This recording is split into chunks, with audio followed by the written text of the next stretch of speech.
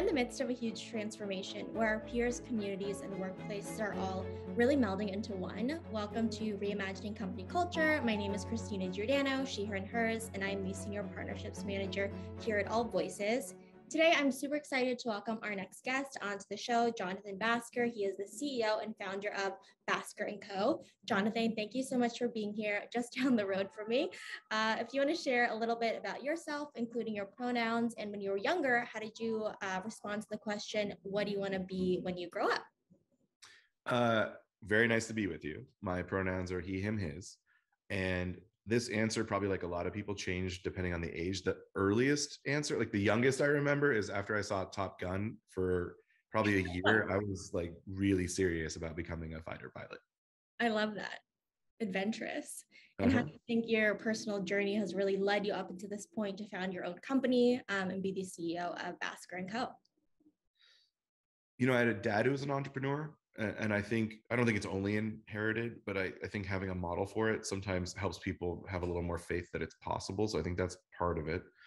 You know, my background, I started in recruiting and then went to recruiting in HR and then sort of HR recruiting and venture network. And from there, I took this diversion into entrepreneurship and intrapreneurship. So ran my own startup and then was like general manager for a company of a startup within a startup, which is really how I got here because I was so stressed and so bad at it and just like so out of my element there.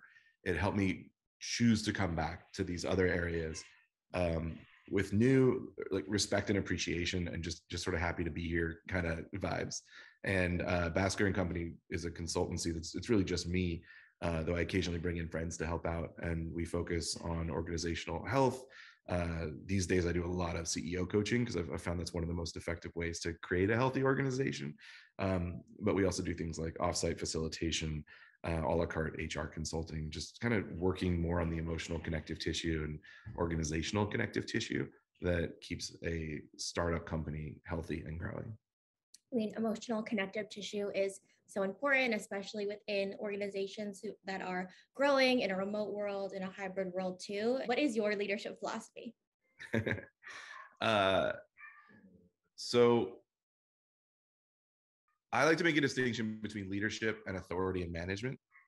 Okay. Most people that are in what we would call a leadership role in a company have all three, or the responsibility for all three. So if I'm just defining the leadership part, then I would actually define it as like a way of being more than anything else. It's the energy that someone brings to whatever they're bringing like everything to. So how do they meet moments? Like where are they generating that from? That is how I define leadership. So I don't think it actually has to do with how many people report up to you or what I would call authority, which is actually granted by others. Like we all agree, you get to tell me what to do. Without that agreement, you don't have authority over me. And, you know, luckily it's authority in our work world as opposed to like straight up force, as opposed to like, it doesn't matter if we agree or not. Like, you're just going to sort of bear down on me. Unfortunately, that still comes up, but it's generally not part of the like written agreement. So yeah, leadership, I just basically would describe as or define as someone's like actual being when they are in a like group or community environment.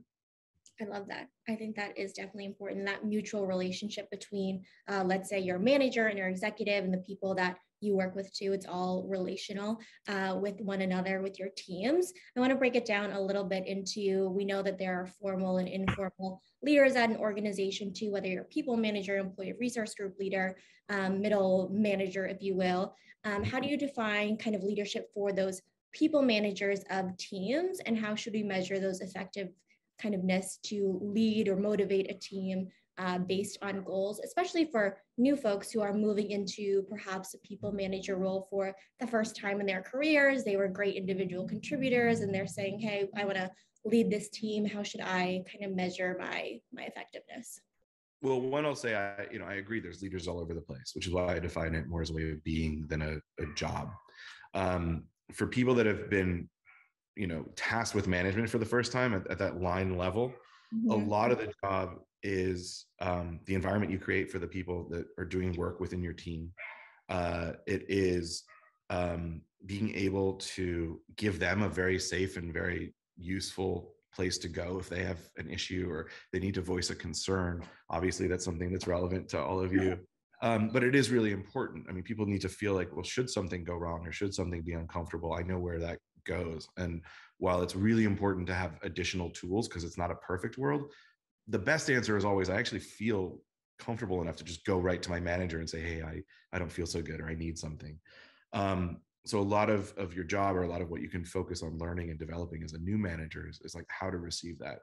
And there's actually a lot there. We want time to get into it now, but that's a whole body of learning. You know, how do you respond? When is it appropriate to be sympathetic, empathetic, and just sort of absorb? When do you actually sometimes need to like respond with even a critique or a additional piece of information? Like there's a lot there. But the basics, which doesn't mean they're simple or easy, but like I think the sort of baseline for a new manager would be information exchange and like where information goes. Like, do people on your team have what they need in terms of what they need to know to do their job? Are the things that are happening on your team going to the other people that need to know those things? And is all this happening sort of in the right way at the right time? Growth and development, and that the people on your team feel like they're growing and have your support to grow. And sort of just environment. I mean, culture is often a very fuzzy word, but I would actually encourage people to focus more on the like in the work culture. So how are people, you know, arguing and debating? How are they collaborating? How are you tracking, you know, information?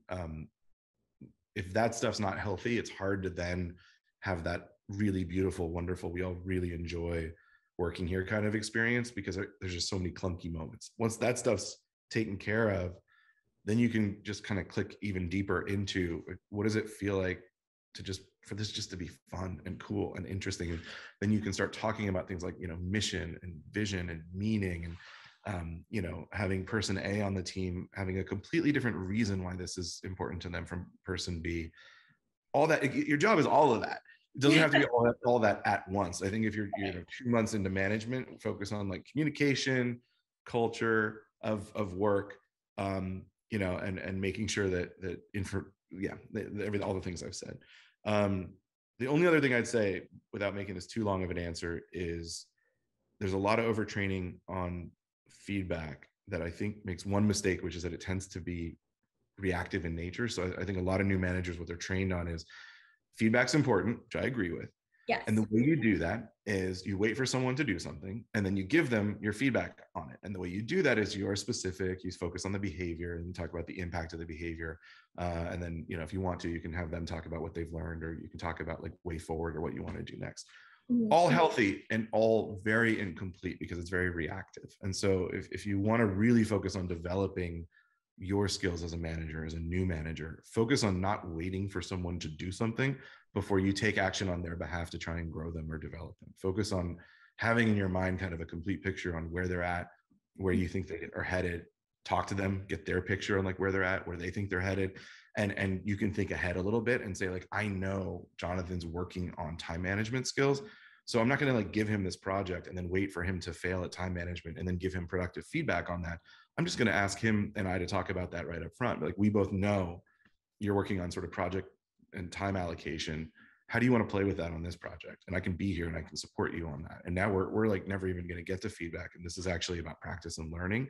So I guess that would be my one specific call out for new managers is don't get trained to wait for people to take action so you can tell them whether they did a good job or a bad job. Learn to think more actively about employee development. Yeah, you want to be proactive, you want to be strategic, and it sounds like in terms of setting up success for your team members to be, you know, to grow and develop in their role, to make sure you're setting up that space where feedback is welcome. And then of course that self-awareness piece for yourself as a manager, how are you receiving that feedback? How are you processing, and also giving it to your team too? Would you carry that same philosophy with measuring your effectiveness as an executive, or do you think there are kind of different goals or questions you should ask yourselves, or the space you're setting up for your team? I think through one lens, it's all exactly the same, but then it also very much is, I think the most fundamentals or the most fundamental things don't shift that much.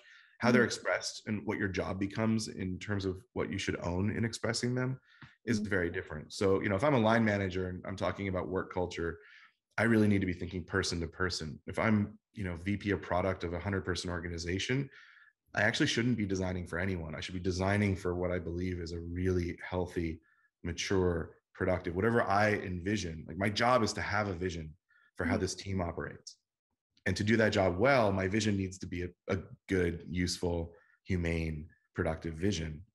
And then I need to shape people to that, not forcing, by the way, but just sort of making sure it's very clear what it would look like to shape to that. When that happens, by the way, some people leave, especially if this hasn't happened yet. You know, you're in this like early stage startup. It's all been just very unformed and everything has been fun and nuts. And then all of a sudden it's time to actually form some things. Sometimes when someone's asked to take a shape, they don't want to take it. And I actually think that's wildly okay. It's okay for them to leave and go find a place where they can be the shape they want to be. So an executive, I think, has a strong like mandate to define those shapes. You know, this is what it's like to work here and do a really good job. From a management perspective. And then of course they have that sort of, you know, translation of strategy to roadmap to action, and then communicating in, out, across, you know, around all of that. How's it going? What's needed? Here's what you need to know from my team. Here's what I need to know from your team. Executive partnership's an incredibly important part of that job, learning how to work with peers, how to disagree with peers, how to productively fight over resources with peers. I mean, these are all really important things that you don't often have the same list for say like a first time, you know, sales manager, engineering manager, et cetera. Executives, to your point earlier too, just really help set the tone of the organization, the vision, and also that modeling behavior as well. And our leaders who are highly visible in the organization too. You might not talk to them every day, but they are pretty visible in the organization. Do you think that there are kind of table stakes resources that organizations should offer to employees if they are interested in that kind of, you know, formal leadership role and lean into kind of their way of being? Yeah, I mean, look, there's, I think the standard offerings these days are, you know, management training, which I often think it's great, but it's actually, I think, less than people think it is. Like, I wish people would look at most of the I'm not going to name names, but like most of the management training offerings out there as doing a lot less than people tend to think they do. Not because they're not great, they are great, but I just think if you think of all the things you have to learn and master as a manager, 8 hours of training is sort of the first important useful drop in a much larger bucket. A lot of it, in my experience, actually really comes from modeling.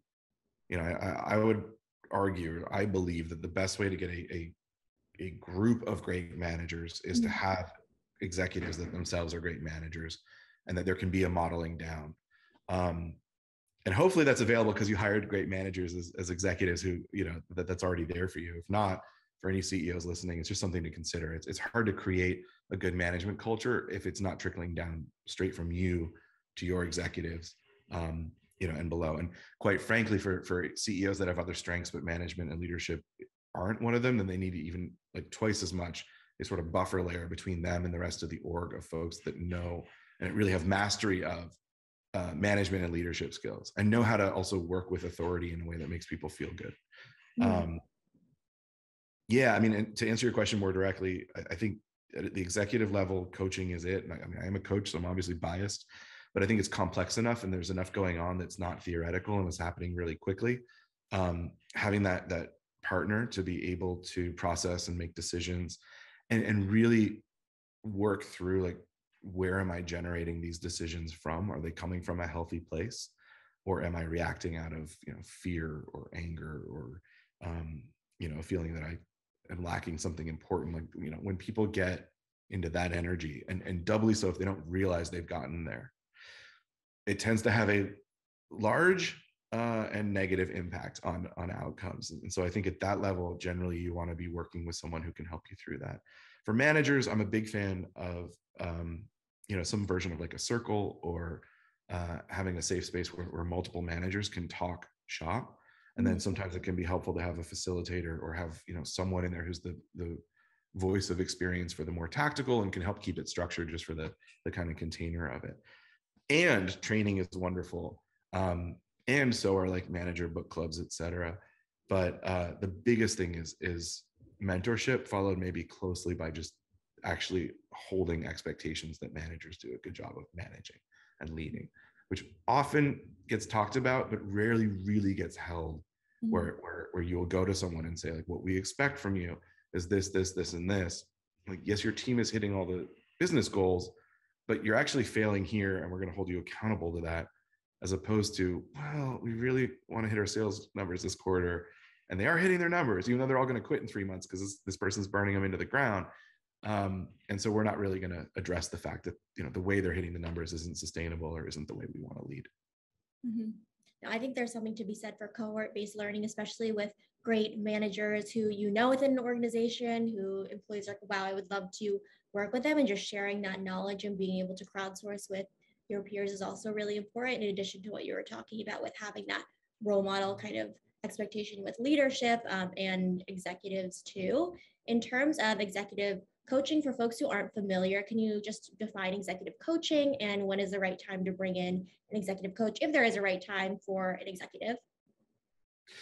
So I think it's become such a broad industry that there's probably not one definition, but I think what I've seen be most common is you have folks that are actually more like trainers and advisors. So they have a body of experience and they work with you and they share that experience. And it tends to be very sort of tactical in the work kind of coaching, which, by the way, can be really wonderful and useful and important. And sometimes it's exactly what people are looking for and need, et cetera. And then you have folks that go deeper than that into sort of, what is this experience like for you, like being in this leadership seat. And if I tried to distill it, I would say use leadership as the vehicle for growth, like human growth, personal, professional. It's just the person growing, on the belief that, one, that's a worthy pursuit in and of itself, and two, that growth will actually yield a benefit and a positive result for the organization and its outcomes, which I subscribe to. And then there's folks like me that sort of blend their tactical experience with this focus on like transformational leadership growth. So for me, I'm very focused on that. Like, being, like, for me, being is leadership, and like being leads to bearing, like just how you show up into a room or into a moment. And that bearing is what people respond to, and it leads to the outcomes of your day. So a lot of coaches are going to be very focused on, who is this person that wakes up every morning and then shows up to this job, before you start talking about what's waiting for you in the job. Absolutely. I think in terms of, when to bring a coach in, there's no like great answer I could give you, like, oh, always at X. But I think for leaders that are ready for and interested in and like willing to put work around that type of growth, it can be really helpful to have someone who's been trained to be your partner in that growth, and to make that space with you. Yeah, having that growth mindset as well, and bringing someone in to help you along that journey is really important. I read your bio, and you have a ton of experience at organizations, and now you're helping executives and kind of, coach them through their experience. But, this could be anything, but in your mind, what stands out in terms of the best piece of feedback you received and the hardest, and why was it the best and the hardest? There was a period of time several years ago. There were these apps. One was called Whisper, and I forget the name of the other one. They were like really big deals for a short moment. They were kind of like a flash in the pan, but they were anonymous, like sharing and feedback. Actually, it's kind of relevant to AllVoices, but this wasn't in a professional context. It was just like out in the world. People would sort of tell their secrets or things like that.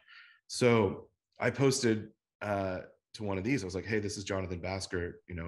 I think I said something like, what do you think of me, or what feedback do you have for me? And got all of this anonymous feedback back. And one thing I got really consistently, this is when I was working in venture as like effectively one part head of HR for the network and one part kind of talent partner. And that role didn't really exist the way it does today, but that's kind of what I was doing. And I got multiple people that told me, in general, you seem like a nice guy, blah, blah, blah. I do find that if we're at a tech event or a party together, I often feel like you're almost looking past me, looking to see if there's anyone more interesting to talk to. Oh, wow. And that was really tough to hear. It was also totally true, because I was recruiting. I was like constantly looking around and who do I need to meet here? And I don't think I realized I was doing it. And I certainly didn't realize I was doing it so obviously in a way that was making people feel bad. Yeah. And it was so helpful. I mean, it really was like, it was a shock. It was like a slap in the face. Right. And it was undeniable. I was like, oh, I do that. Like, that's a thing I do. Wow, I'm going to work on that. I have. So that is probably both. Okay. That, I mean, that is I would hope for most people it's both. I feel like the best pieces of feedback are often the the hardest ones to hear, or the toughest ones.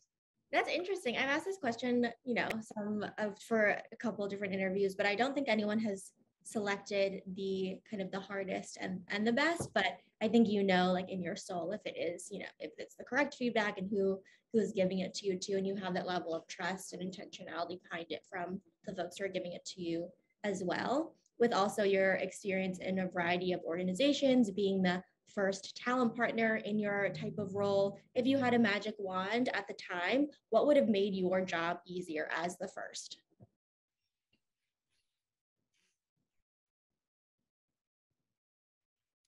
I mean, in general, for any job I've ever done, my answer to that is, and I also find this with a lot of clients, is just like the ability to accept uncertainty or not needing to know what happens next. Like, every time I try and grip onto what's going to happen next and try and control it, I make my life miserable. And in my observation, so does everybody else.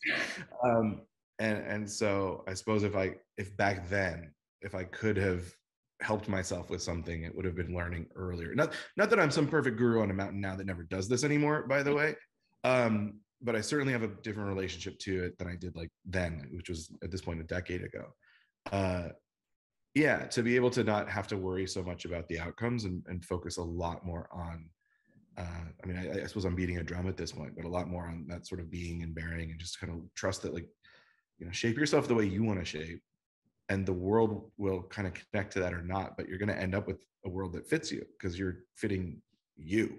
The more you try and warp yourself to the world and bend your shape to the world, the more you end up twisted up, and it's not very comfortable. So it's very scary to hold your own shape and just trust that there's something out there that'll connect. But I wish I'd had more of that then. No, that definitely makes sense. And I think that speaks to authenticity and being genuine and honest with yourself as well, and identifying your values, again, how you want to show up in the world, how you want to show up in the physical room, the virtual room too. There's been a lot of conversations around, people reflecting and thinking, okay, what do I want to work 40 plus hours of my day doing? Who do I want to work for and with? And with the great migration, reshuffle, the great, resignation, what are key ingredients you think that really contribute to being that employer of choice in today's talent market? Obviously, knowing that people are looking for different things, but in your experience, how would you kind of think about that? Yeah. Well, I think the idea that different people will look for different things is key, because some people are wonderful and not wonderful for your organization. And that's hard to remember when you have X number of months of runway left, and this person can totally do the thing you really, really need done. But from the employer side, like, ignoring that and then hiring someone whose ethos and methodology and sort of way they want to work doesn't match yours will often lead to just massive problems, and then it doesn't end well. Yeah, I mean, but I do think it's still fundamentally the same. I mean, I would almost flip it less to who do you have to be as an employer, and more to what do you believe most people want to be able to wake up and be excited and satisfied, to go to that job at that company with that team, etc. And I don't think I think anyone would come up with almost the same list. I think it's, do I like and enjoy the environment that I work in? Mm-hmm. Do I trust the people around me, especially the people that are above me in the org? Like, do I have a sense that I know what's going on? And I should say that what's going on is good news, more or less. I mean, people will, if the overall experience has been extraordinarily strong, people will generally stick around through the tough times. But of course, if you're talking about what's the ideal, offering, it's that things are going really well. In addition to, I trust the people above me. I feel like I'm growing, should be mentioned. But whatever that means to me, and that's again where people are very different. Some people, the right job is, I have enough time and space outside of my job to go like meditate and do yoga and journal and grow in that way. And I think what it means to be an employer of choice is actually just to be really clear with yourself about what your answers are to those types of questions, so that you can broadcast them accurately out into the talent market. And again, like, keep your shape. Now, if no one wants your shape, forget human beings, but like as an org, if you're like hire fast, fire fast, work your face off, no equity, we believe that like we pay like bottom 5%. Like, you may, of course, it's possible to create a configuration that very few people will find compelling. But I actually think what's most compelling most often is people and organizations that are just very clear about who they are and really own it, and are willing to follow through on it, and even when it might cost them something in the short term. And when that's felt by employees, especially someone that's been through 2-3 jobs at that point, you know how rare it is. Like, you know what the value is of an organization that's actually, walking its walk as opposed to just talking its talk. So I don't think there's one answer. I just think you have to have your answer, and you have to actually embody it, live it, follow through on it.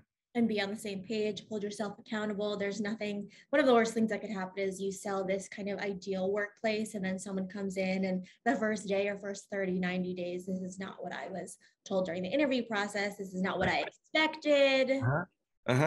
Yes. I mean, the general things, I suppose, that in the opposite, like what creates toxicity, or when do you kind of know things are really in trouble? I think you just named one. I think too much franticness, too much thrash is just rough on any org. Sometimes it's necessary, but when that becomes an addiction or a habit, it's just ingrained in how the work culture works. Like the organization runs on, is fueled by anxiety and reactivity. Don't do that one. That one doesn't work super well. Don't do that. And I'd actually go back to the idea of sort of mentorship, or at least someone who's really invested in you. I think when people feel like those around them, and again, especially those above them, are genuinely invested in their future beyond what happens at the company, that's hard to leave. It's not just that someone cares about me. It's like someone's really interested in seeing me be awesome, like more awesome than I already am. And they're investing in it, and they're holding me to it, and they're doing it in a way that is, again, we won't have time to really go into this, but there is this magic blend of, I trust you that you'll get where you're going. And because I trust you, I'm not really going to step into your space and try and do your thing for you. But I will give you a whole lot. Like, I'm not going to do your, I don't know, handstand for you, but I will spot you, and I will do a handstand in front of you. That's a good analogy. Like, and if you keep failing to do a handstand, I'll keep talking with you about that and working through it. But at no time am I going to go do a handstand on the mat and then tell you just did a handstand. Right? It's just like, I'm gonna actually respect that there are lines past which I should not go as your leader, and that's actually, I'm doing that because it's healthy for you.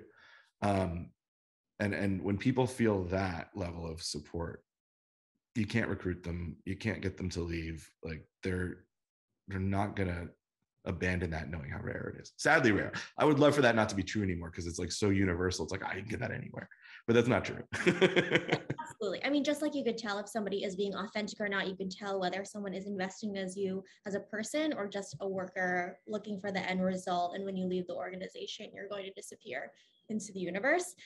So I think I would definitely agree with you on that too. One of the questions that you asked as well is, do I know what's going on at the organization? And sometimes there are, even with the best intentions and the best values set in place, really good leaders in some departments, there are quote unquote hidden dangers, or things that you're just not aware of because you have tunnel vision within your department or your team. Do you have any recommendations to kind of identify those hidden dangers? For example, just like a toxic, perhaps like department culture, or just a bad manager who's not living within the values of the organization, knowing that you don't have eyes kind of everywhere and ear to the ground, but you want to make sure that you're identifying those where toxicity could manifest. So now, I mean, in the beginning of 2022, with so many orgs being remote, either for now or for good, I think in that context, the answer to something like a toxic department, et cetera, probably does rest more in platforming and tools, like actively pinging into the org. How are you? What's going on? So, some version of surveying, some version of pinging. And I just say that because in my direct personal experience when you're in an office with everybody. You just feel it. Like you could feel when that, you just look over there and that whole team, there's like a cloud over that section of the office. No one's laughing anymore. You're just like, you could just like, something's going on. And I could just go over there and be like, hey, what's going on? And if I'm not a jerk, right? If I've developed trust, I'm talking now with sort of an HR hat, but if I've developed trust that you can come to me and I know how to do this in a way that doesn't harm you and gets to a good outcome without you having to be, exposed in doing so, you're very likely to talk to me. In a remote environment, I might not really be able to see that. So I think some amount of both human pinging, if you have enough of an HR department and you have an HRBP team, et cetera, you can actually have them much more, to the ground. But yeah, I mean, I think the originators of toxicity, there's probably more than this, but I'll just name two, are one, sensible complaints don't actually go anywhere. So like from an employee base, they're noticing things that are harming them or are not smart in the business, something like that. And that gets expressed. And there's this sort of disappointment and breaking of trust where nothing happens, or it gets worse, or they get blamed for it. Like anything like that instantly has this double effect where, first of all, that person or that group instantly loses faith in a way that I think is hard to get back. They also then become often the sort of 0 point for a gossip culture. I mean, when information can't go where people want it to go, that's what gossip is. It's like, it still has to go somewhere. I still feel the need to express this, and I can't express it to my manager. So now I'm going to express it to my teammate, and I'm going to start to spread. At minimum, people around me are going to know that not everyone here is happy.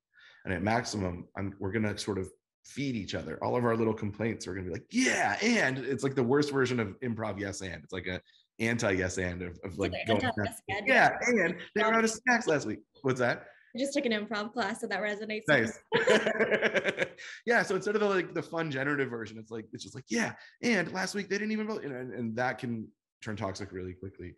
And I think the other one is just as simple as bad leadership behavior, which would come in many flavors and varieties, but that's it. Like if people are mean, if people are, frankly, if they're wrong, if they're just, their strategy's wrong, they're just make bad decisions and nothing is done about that, then again, you just lose faith. So when I guess if I'm trying to play with how do you get to the core of it, when trust is breached, you're going to end up with toxicity. And when a feeling of not being respected or included or appreciated is breached, you're going to end up with toxicity, especially when it's happening at any kind of scale. Absolutely. Jonathan, we talked about a lot over these past, after our time together, but is there anything that I didn't ask that you want to share with folks who are listening, or 1 to 2 takeaways you just want to reemphasize for folks? Well, if it isn't clear, I'm really big on this idea of people spending some time and energy and focus on like, who is this person that shows up at work every day, before they start to spend time on what are the decisions I want to make at work today based on what happens to be coming at me or what I've been asked to produce. And I think if you haven't spent a lot of time with that, it can be really pleasantly surprising to find out how much is there, like how much lift you could actually create for yourself.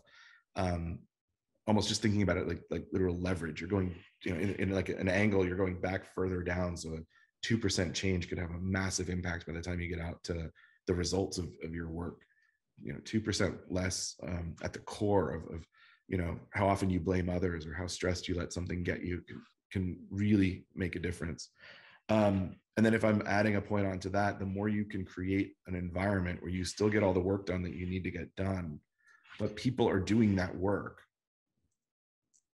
That's, I think, for me, like my definition of an ideal culture, that people are at their core growing, evolving, strengthening, becoming more comfortable with themselves. And they're doing it within a context of what's appropriate at work. And that their growth is sort of tied to the outcomes of the business.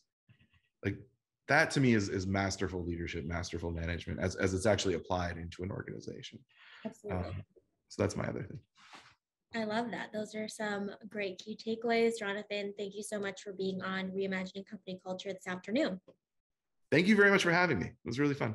Yes, of course. And as a reminder for folks who are listening, at AllVoices, we really believe in that employee feedback management as a requirement for the organization to succeed overall. Have a great rest of your afternoon, everyone.